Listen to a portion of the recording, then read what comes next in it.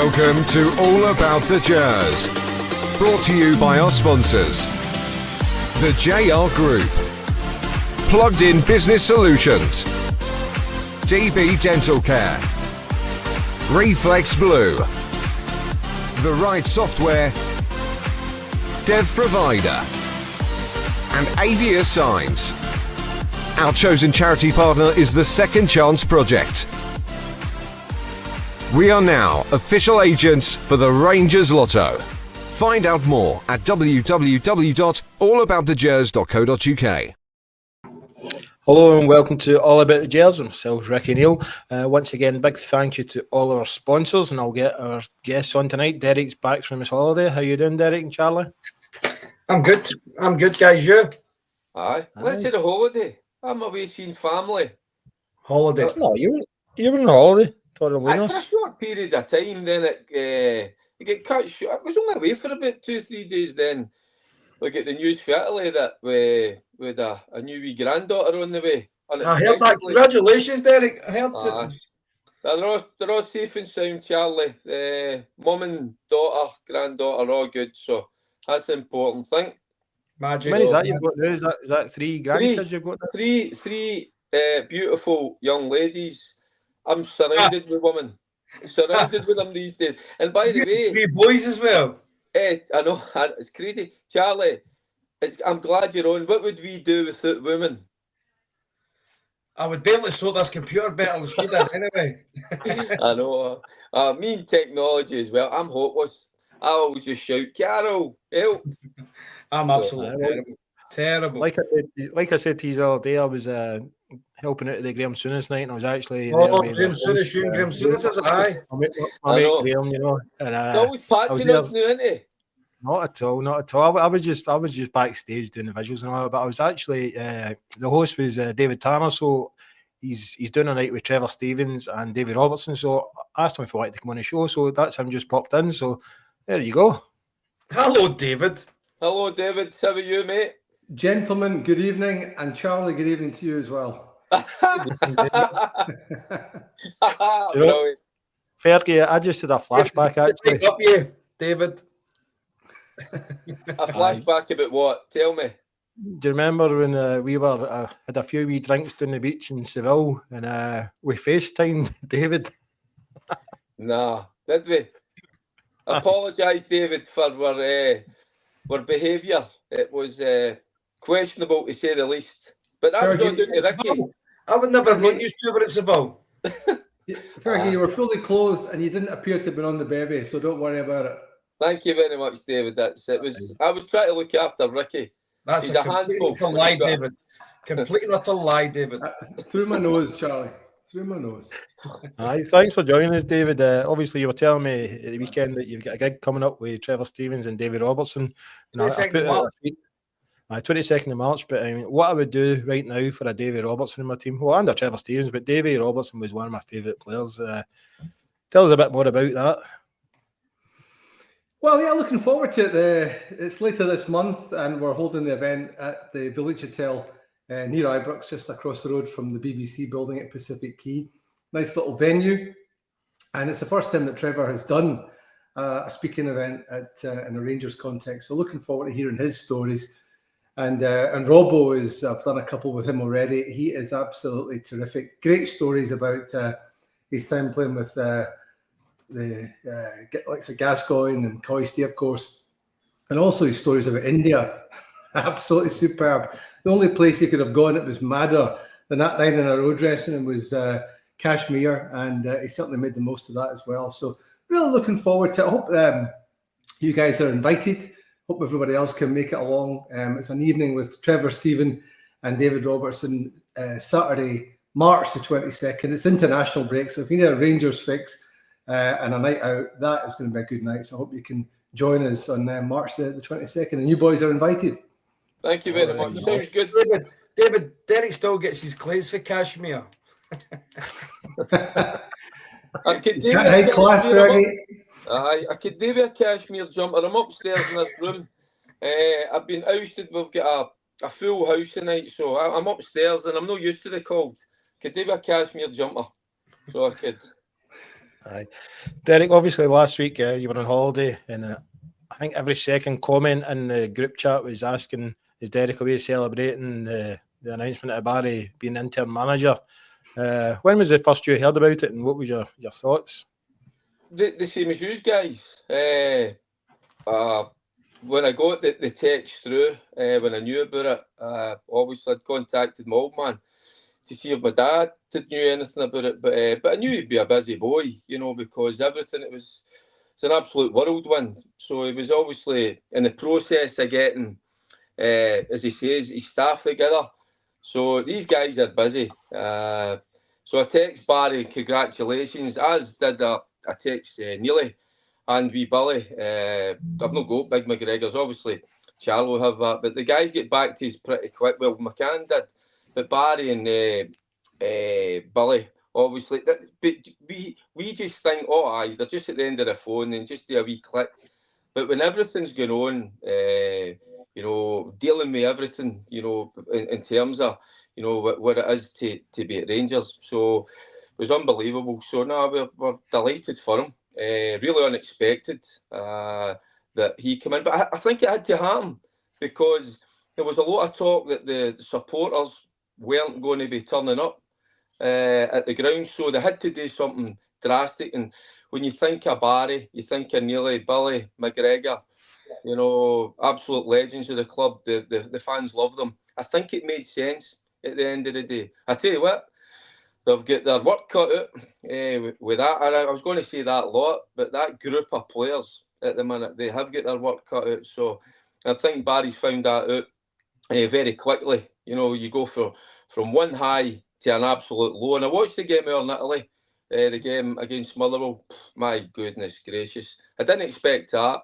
After the Queen's Park game, after the St Mirren, you're expecting that reaction, especially at home. The homecoming of Barry. Barry's in charge. First game at Ibrox, and way below par. So as a family, we're delighted for him. But as I say, it'll be tough for him from now to the end of the season. That's for sure.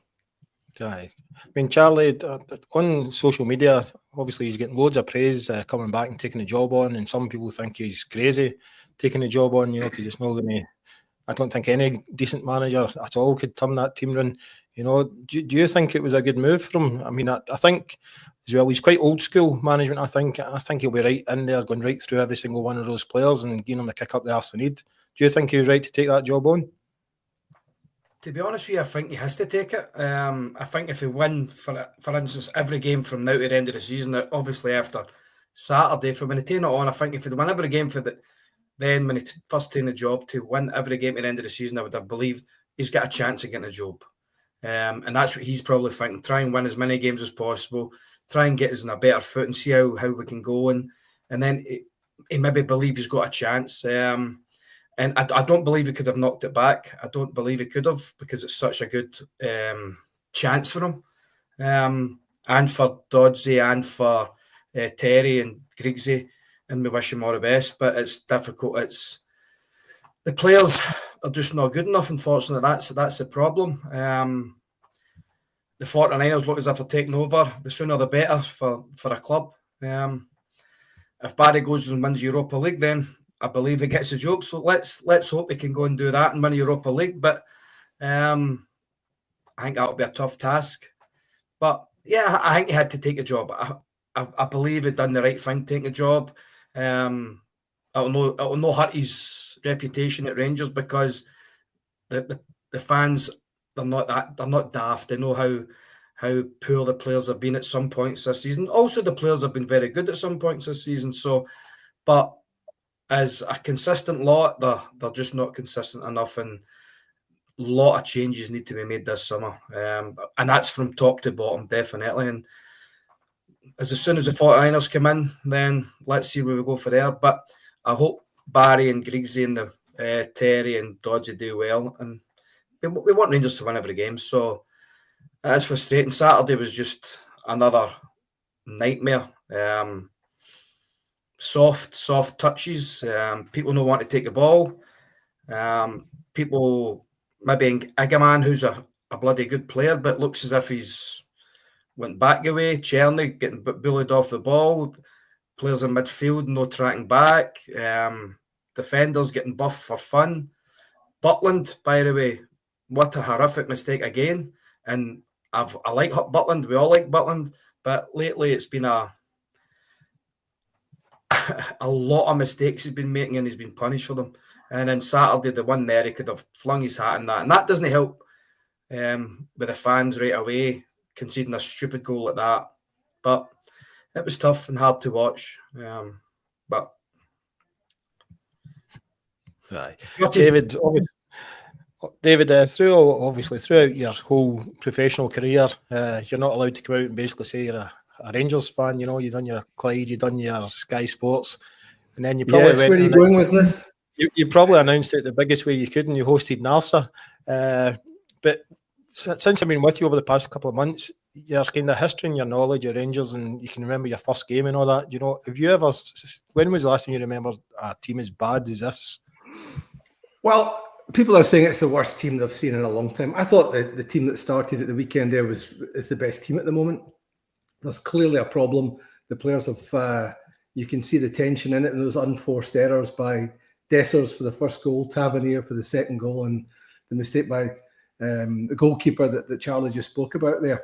But to say it's the worst team that people can remember, they must have forgotten about the Kevin Kyle era and some of the real dross that appeared in the journey back through the leagues. So from that point of view, there are some really good players there. Look at the way they battered Celtic at New Year.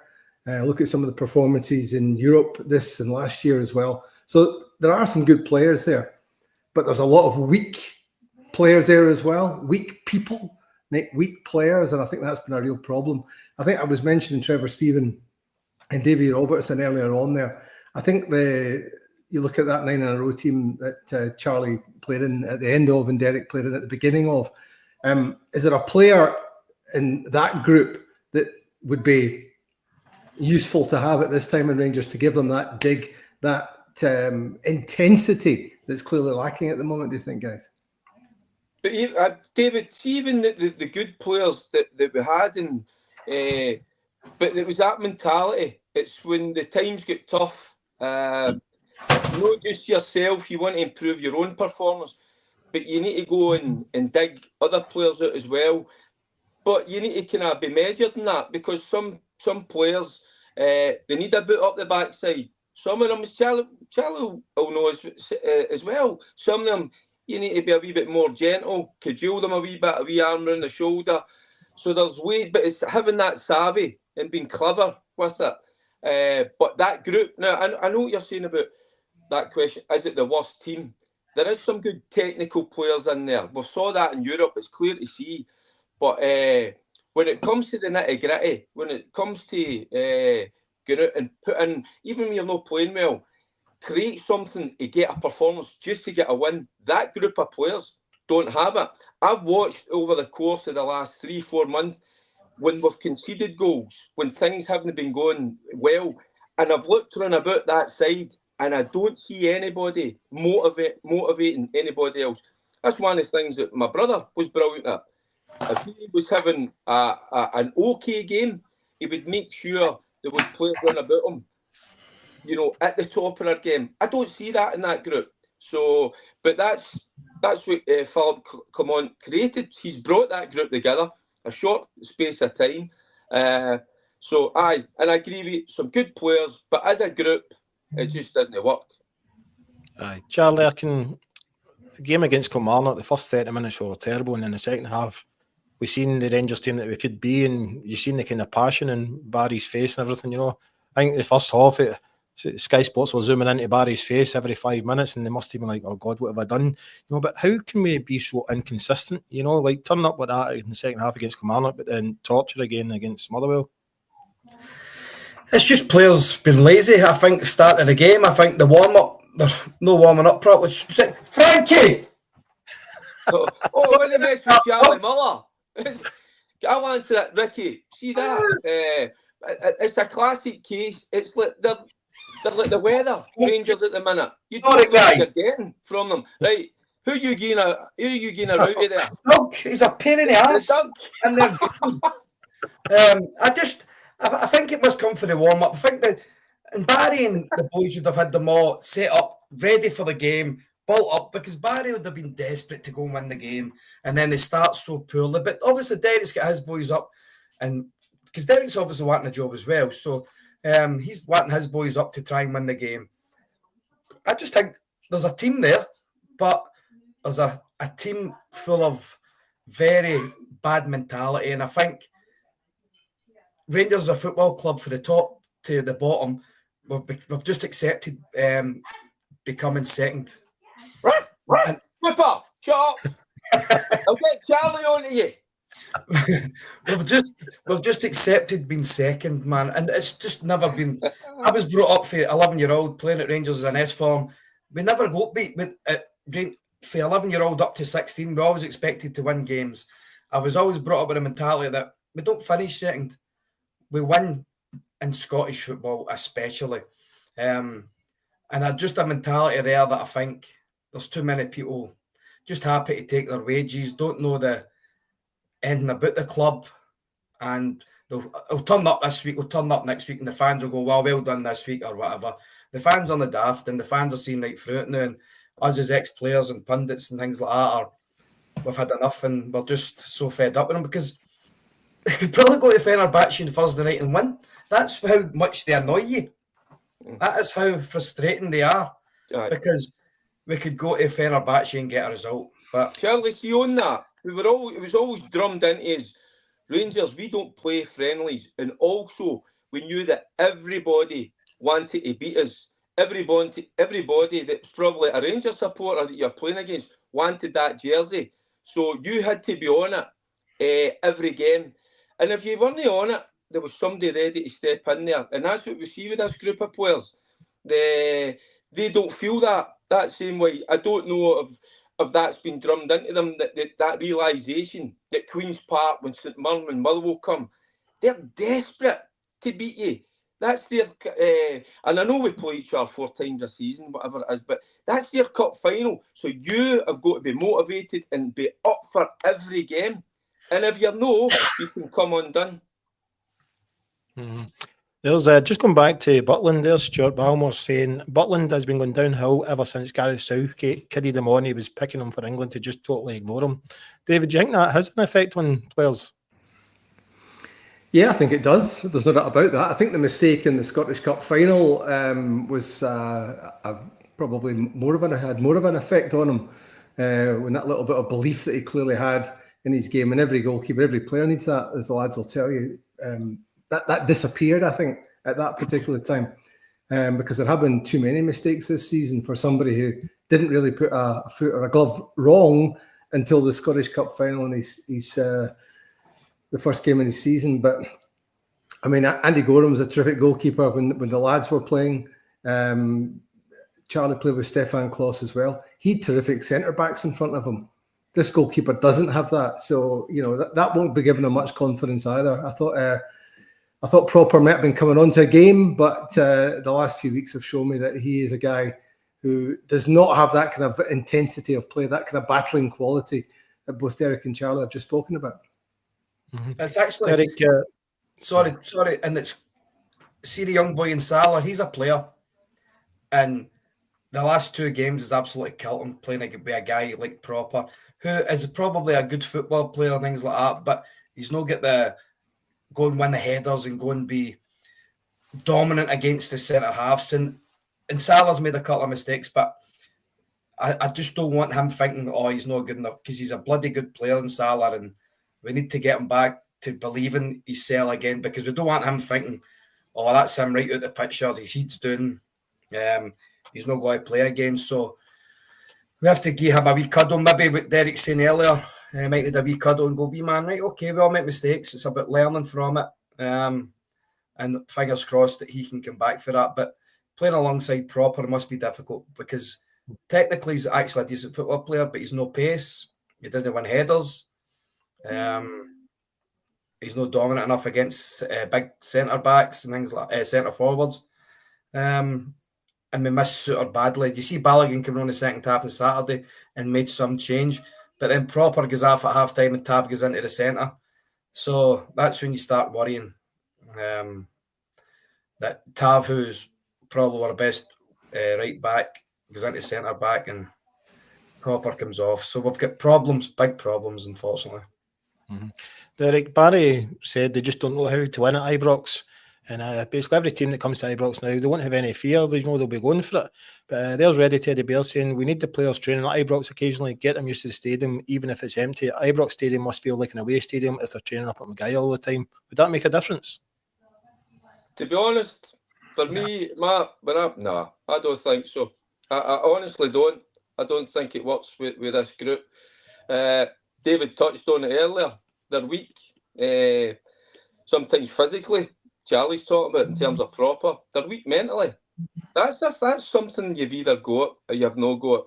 So when you're buying players for Rangers Football Club, you need to understand that we need players that need to have a wee bit of physicality about them, but they need that mentality, because the mentality is at Rangers you win every game. You don't draw games, it's winning games. So that's what people go, they keep harping back to the old days.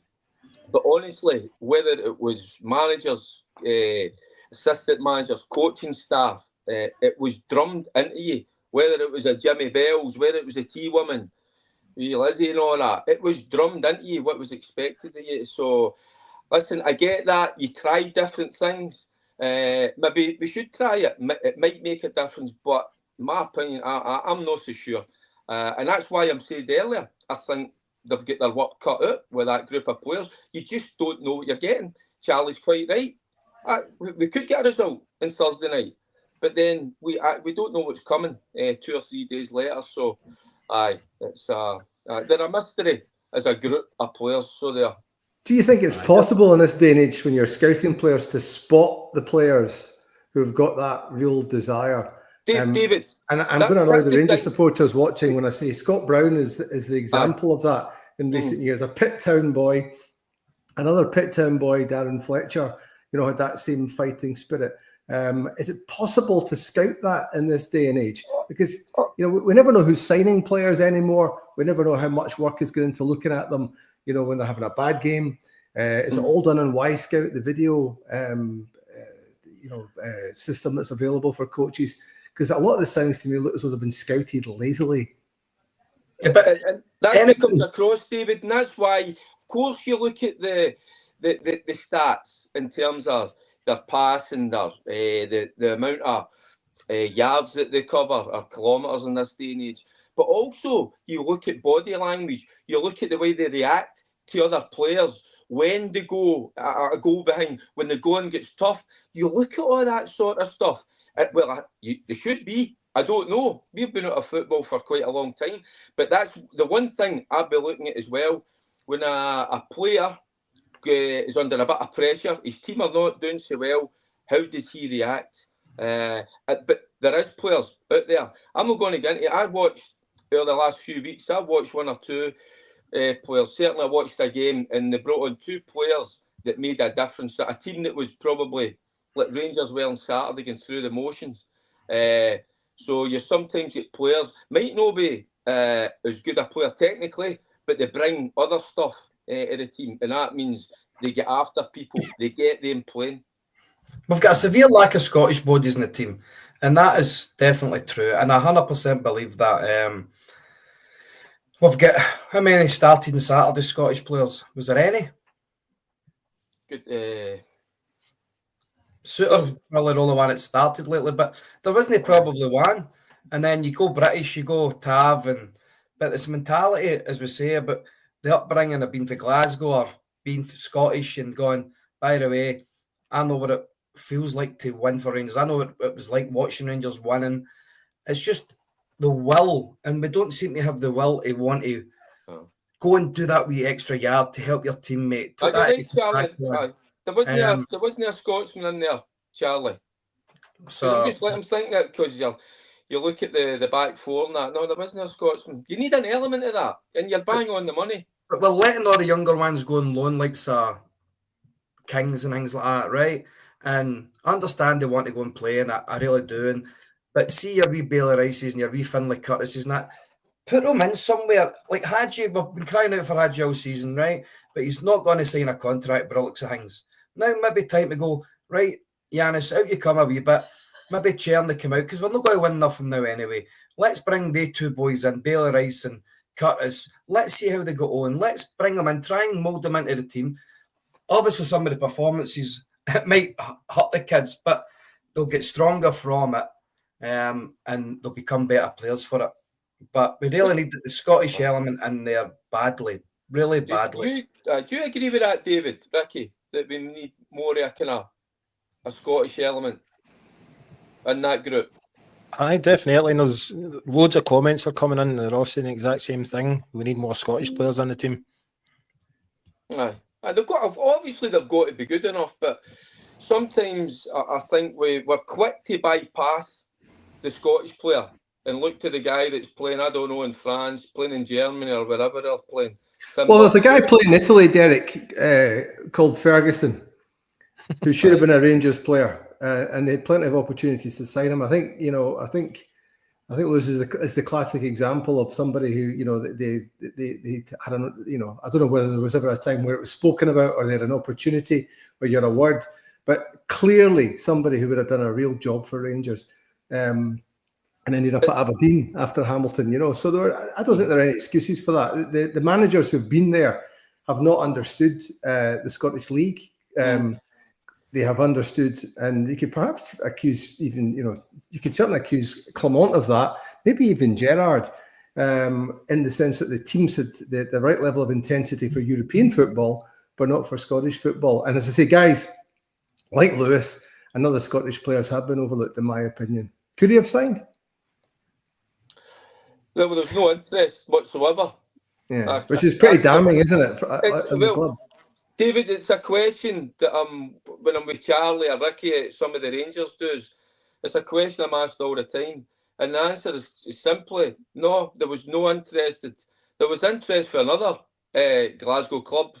Wasn't Partick Thistle, it wasn't Queen's Park.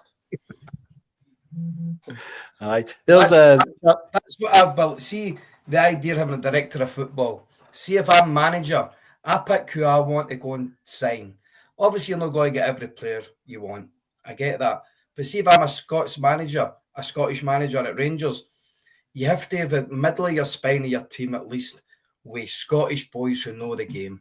I was fortunate enough to play with Goffey, Gorham, Ian Ferguson, Barry to a lesser extent, Stuart McCall, Alan McCoy's through the centre. I had a spine of the team. But that's when I think the free foreigner rule was a great thing. Because you didn't go out and just sign any foreigner. It had to be one that was going to be better than what you already had in the squad. And I believe that's just cult our game, because we seem to take a chance on bringing in an average foreigner and stopping the product of our own academy coming through and giving them a chance before an average foreigner. And we've signed too many average foreigners over the years. Aye, Charlie, I'm going to bring this question to you as well. Paul McCorrickle saying, do you guys think it was a massive mistake not signing Katic until the end of the season? Obviously, it's your big mate Craig Moore that's his agent, so he would have been right in there trying to poach him into the club, wouldn't he? Well, I would imagine he'd put him forward to Rangers, no doubt. Craig would have done that. But looking at it now, it's obviously been a big, massive mistake getting rid of Goldson, and probably not getting rid of Tav, if you get where I'm coming from. Maybe one had to stay, one had to go. And maybe the better idea would have been keeping Goldson and getting Tav to go. But I'm not going to slag Tav because he's been immense for us over the years. But still, 3 trophies in 10 years is just not good enough. But he's been an amazing servant for us, and he's 500th game on Saturday, although it wasn't a great day for us. But Katic would have done a job, probably. Yeah, he'll go and win his balls, he'll win his duels. We know what he's like. He's a determined boy. And he just get kind of bumped out the squad when he came back for his injury, and he was just sent away for some reason. But the boy had a good attitude. He would put his foot in, and he knew what Rangers was about. He said he wants to come back and play for Rangers one day. And it would probably been a great idea to sign him on loan instead of signing maybe Fernandez, who's not had a look in since he's been here. So we don't really know much about this guy. But there's been so many mistakes, and Niels Coppin, being a director of football, he has to have a look at himself. Although I think Iggerman's going to be a top player. I think Jeff to be a top player. But since there was rumours for clubs about trying to sign these guys, their forms just went and nosedived as well. Like, say, the idea of Butland maybe getting an England call-up, his forms nosedived. So maybe they should stop reading the newspapers or the Twitter or whatever they're on, and just stick to playing well on the football pitch. But there's something very wrong. And Niels Coppin, he has to have a look at Niels Coppin. Has he got another transfer window? When did the 49ers keep him on as director of football? And if they keep Barry, or did they bring another manager in when they take over? I think there'll be a few questions asked there. Aye. David, like Charlie was just talking about the 49ers, obviously the Rangers takeover deal's been agreed in principle. They're looking to acquire 51%. The two parties are actually got a joint worth of £11 billion, which could help Rangers, I think. But there was a few kind of worried people because there was rumours that Rangers were going to be a feeder club for Leeds. But he actually released an article earlier on the day saying Leeds United stand alone, and if we were to look or pursue another club, that club would also stand alone on its own. And this thing I quite like, they said, what we're looking for is clubs with the right bones, clubs with the right history of success, clubs with the right potential for growth. And if you're a sports person and you love it and you treat it as a way of life, so to speak, like I do, then absolutely there's enough room in your heart. What do you think about this potential takeover? Well, that is a description of Rangers, isn't it? They certainly have a terrific history. Recent years, it's been an absolute shambles. Dave King summed it up very nicely and very politely when he said it was investor fatigue that the current board were suffering from. When you look at Rangers, pretty much every aspect of the club could be better, and there's no doubt about it that it needs a change now. It clearly is coming. It's clearly going to be the Americans. We'll have to wait and see if they're true to their word. Every single new owner of a football club has to come in and make good decisions. They have to put the money in, and they have to make things better. You look at Manchester United, they've had a sequence of owners who have not done that. The people at Grangemouth, by the way, would have seen that coming at Manchester United, having seen what he did to Grangemouth in that part of central Scotland. So we'll have to wait and see what the Americans do. Personally speaking, I think it's exactly what they need, but they have to deliver. And there's been a lot of false dawns over the years for this football club since the banking crash put David Murray under pressure back in 2008. So this could be the magic wand, but we'll have to wait and see. Aye. Charlie, do you think the whole thing about not appointing a new manager now is because of this, waiting for the buy-over? You know, because I would, Barry and the rest of the guys in there just now is great, but I would like to, we've no chance of winning the league. I'd like to start rebuilding now. Well, as soon as I think as soon as the 49ers come in and take over, there'll be a few heads getting chopped, and there'll be a few different directors in. There'll be a few, obviously, coaches from maybe bottom up to the top and whatever that'll get packed, because I'm sure they'll do it properly. And for us to be a feeder club to Leeds is just nonsense, because we're a bigger club than Leeds, although they might have a chance of getting into the Premier League, which they look as if they might do. But no matter what, we're still a much bigger club than Leeds in my eyes, and probably every Rangers fan's eyes. And probably the 4 years sitting here, we believe that for us to be a feeder club for them is not a chance on this earth. But we just need someone to come in, get us run properly, get us organised, because I think they'll bring their own man in. As I said, I think the only way Barry gets a job is if he wins the Europa League, or he's got a chance of getting a job with the boys. I think that's the only way they might get a job, and I hope they do win the Europa League. I really do, and it would make their season great, and they deserve that if they win that. So it's up to them and up to the players to see if they want to do it. But I believe the 49ers will have their own man. They'll be bringing their own guys in, and there'll be a lot of changes up the stair as well. Aye. Derek, Thursday at 5:15, we're away to Fenerbahce. That's going to be a really hostile game over there, isn't it? How would you approach it after the past couple of games that have not been very good, basically? Approach what? The game, or approach their fans? Because my boy's heading there. Oh, is it? Oh, aye, with Barry's boy Connor. So he is. So some of the stuff that he's telling me, I'm actually a wee bit worried. So it's a place where you've got to go and behave yourself. But listen, it's going to be tough. Of course, we know that. But it's Mourinho, isn't it? And that's where I think Charlie alluded to it earlier. That's a group of players that have done ever so well in Europe. Will they raise their game? I think they will. And it's because of it. It's Fenerbahce. It's in Europe. It's Mourinho sitting in that dugout. They want to impress, so they'll raise their game. And they have done that in Europe. So I think we could get a result. I'm not saying we're going to go over there and beat them because they've got a terrific record.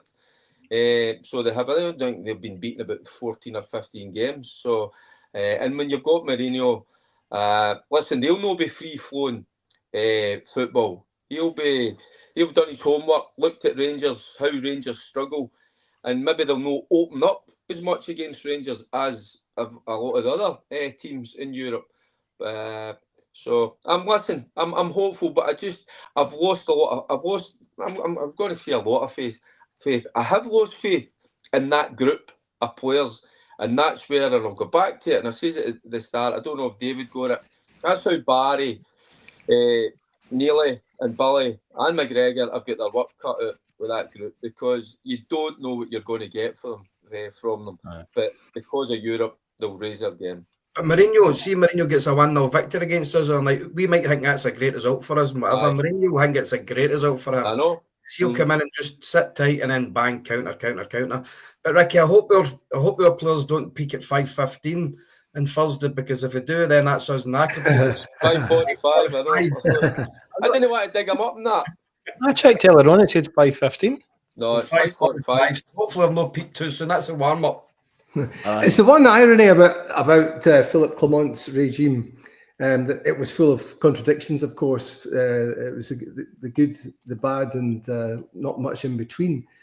Is the irony in all of this that maybe Barry should be looking at the Clement playbook for Europe, because it was successful? Yeah, absolutely. And that's the one thing. I know he wants to put his stamp on it, as will Neely, because I think Neil McCann and Billy, I think they'll have a lot of input. But it's worked, so why change it in Europe?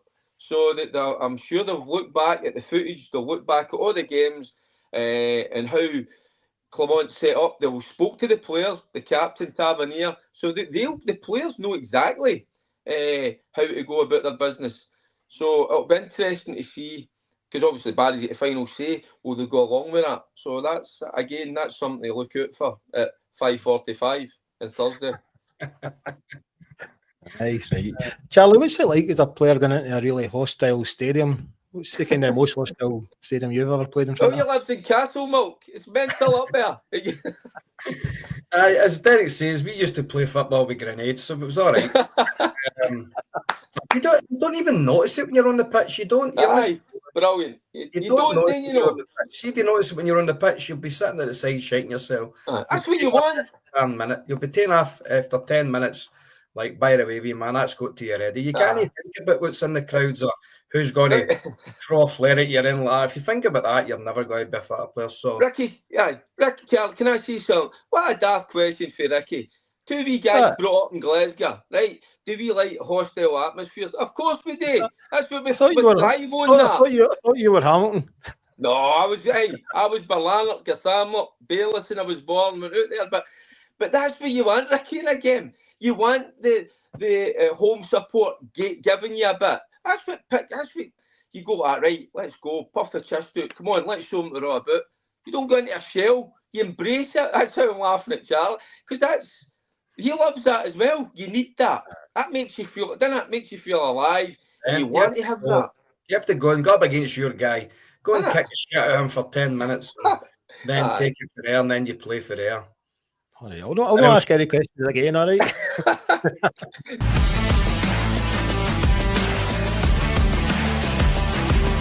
Score predictions brought to you by Avia Signs. All right, score predictions for 5:45 on Thursday against Fenerbahce. David, since you're our guest, you can. Hi, David. First up, good.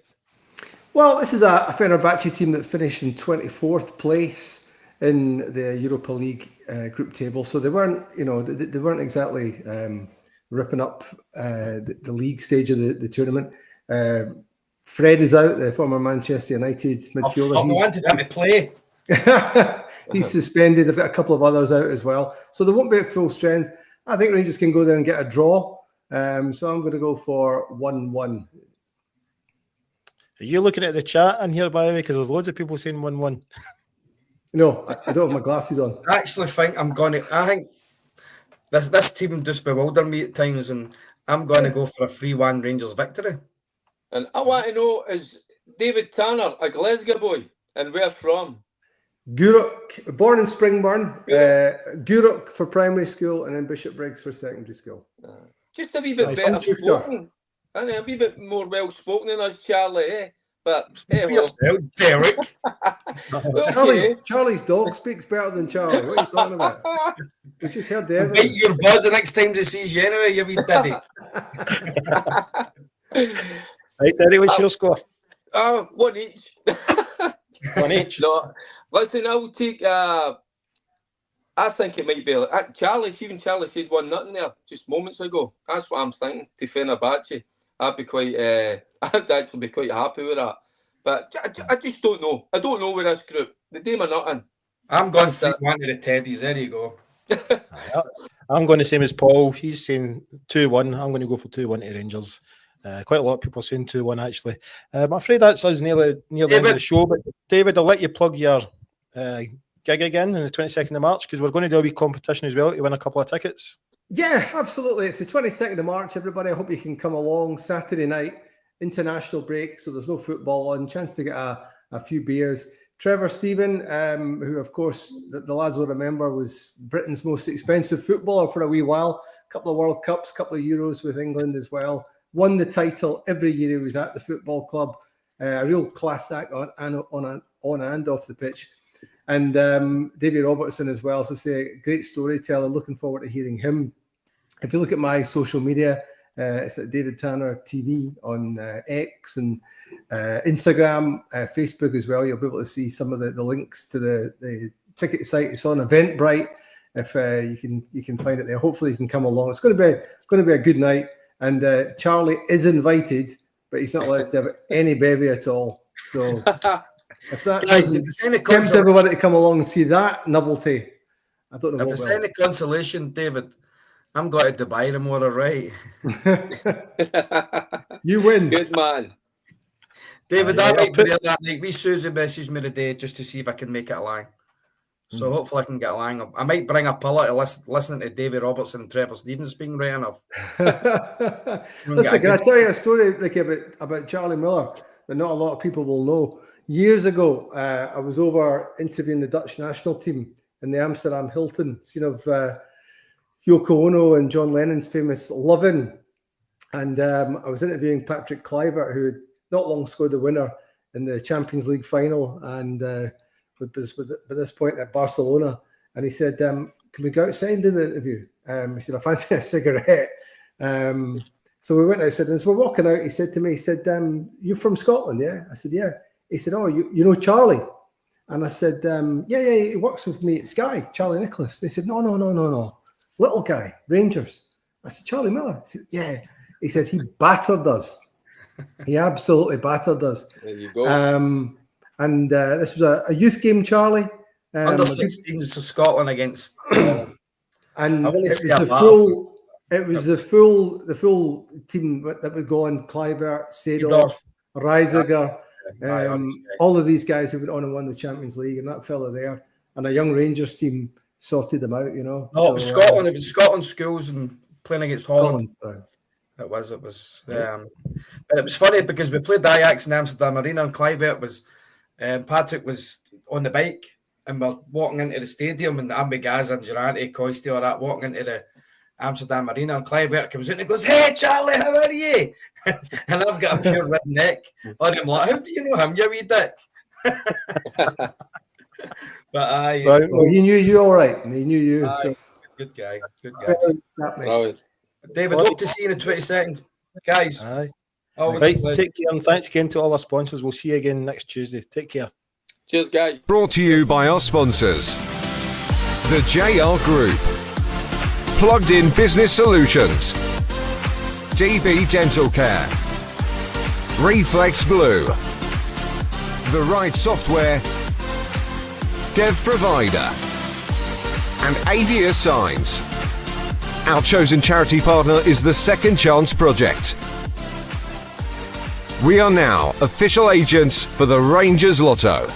Find out more at www.allaboutthegers.co.uk.